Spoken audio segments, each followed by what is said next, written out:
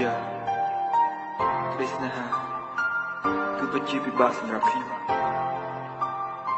តែការស្រឡាញ់បានតែត្រឹមឈរមើលរូបគេចង់សារភាពប្រាប់គេដែរតែរូបគេមកមុនហើយខ្ញុំបានត្រឹមឈរយំសម្រាប់ទឹកភ្នែកអ្នកឯង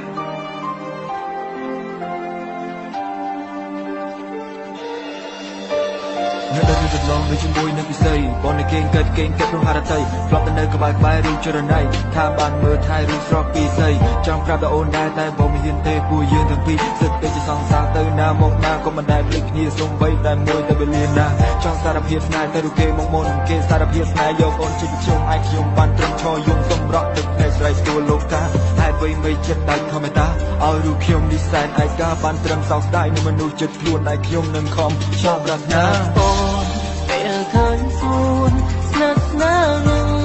រូបគេតើដឹងទេថាចិត្តឈឺប៉ុណ្ណាពេលនឹងអូនបានត្រឹមតែលួចមើលប្រូហ្វាល់ជីវ៉ាទាំងនេត្រាស្រស់ទាំងមិនដឹងខ្លួនក៏ដឹងច្បាស់ថាគ្មាននៅកាន់ទីនេះទេហេគ្មានសិនទេអញសំអញដូចមុនឡើយពេលនេះអូនរវល់ជាមួយនឹងសង្សារត្រើយមានសិនឡើយ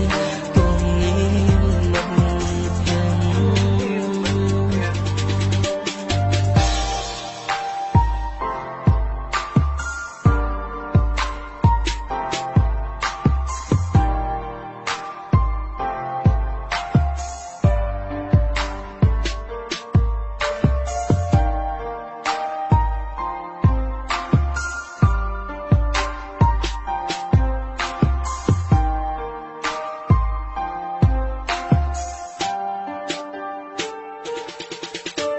ឯស្រមៃគ្រប់យ៉ាងគឺតែបានបញ្ចប់គឺដោយសាររូបស្រីរឿងកងឡងហួសទៅឲ្យបងនៅស្នេហ៍គ្មានសេះសល់អ្វីបានត្រឹមតែជាភក្តីឲ្យបងបានត្រឹមនឹកថ្លៃមើលប្រូហ្វាល់ស្រស់ពីស្អីទឹកភ្នែកបងហូររាល់រាត្រីគេគិតចង់ក្បែរព្រោះតែបងនៅស្នេហ៍ថ្លៃរឿងគ្រប់យ៉ាងត្រូវបានបញ្ចប់ត្រឹមនឹងក៏ព្រោះចិត្តភក្តីបងសូមជូនពរពិសេសឲ្យអូនរស់នៅជាមួយគេបានត្រឹមតែសោកតែជូនពរស្រស់មាសមេចង់ប្រាប់អូនពេលឃើញសួនស្និទ្ធស្នាលនឹងរូបគេតើដឹងទេថាចិត្តឈឺប៉ុណ្ណាពេលនឹងអូនបានត្រឹមតែលួចមើលប្រូហ្វាល់ជីវ៉ាទាំងនេត្រាស្រស់ទាំងមិនដឹងខ្លួនពេលនេះបងគ្មាននៅកាន់ក្បែរស្រីមានសិទ្ធិមើលថែចរណៃដូចគេម្នាក់